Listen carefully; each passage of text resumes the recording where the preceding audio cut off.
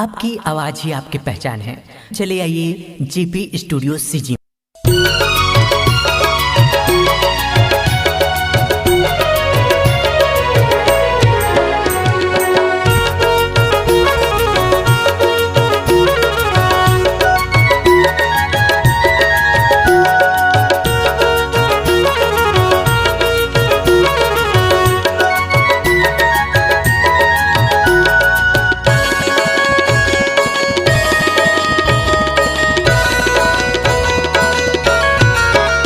ये काबर रिसाए हज बताना वो, काबर रिसाए हज बताना वो, ये काबर रिसाए हज बताना वो, काबर रिसाए हज बताना वो।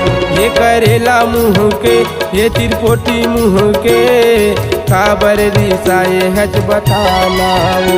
ये करेला मुँह के ये चिरपोटी मुँह के, काबर रिसाए हज बताना वो। ये काबर रिसाए हज बताना वो, काबर रिसाए हज बताना वो। ये काबर रिसाए हज बताना वो, काबर रिसाए हज बताना वो। ये करेला मुँह के ये तिरपोटी मुँह के, काबर रिसाए हज बताना वो। ये करेला मुँह के ये चिरपोटी मुँह के, काबर रिसाए हज बताना वो।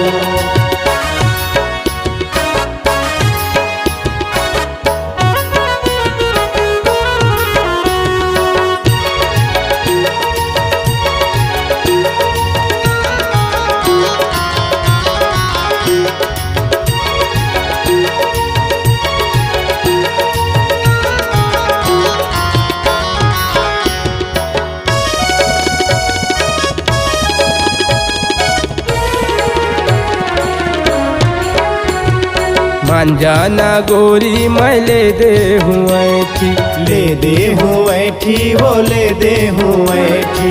काने बर बाली और पावे बर पैरी, पावे बर पैरी वो पावे बर पैरी। मान जाना गोरी मैं ले दे हूँ ऐठी, ले दे हूँ ऐठी वो ले दे हूँ ऐठी।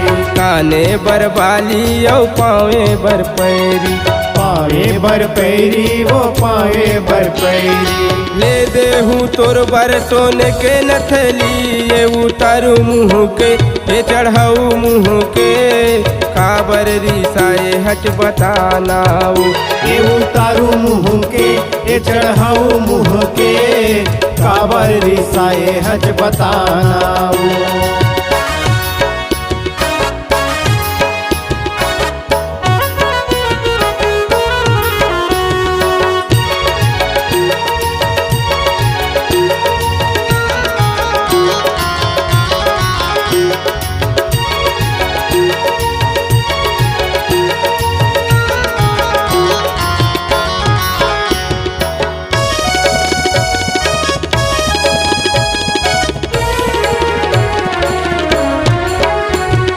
नाके बर फुल्ली और बेनी बर गजरा, बेनी बर गजरा वो बेनी बर गजरा।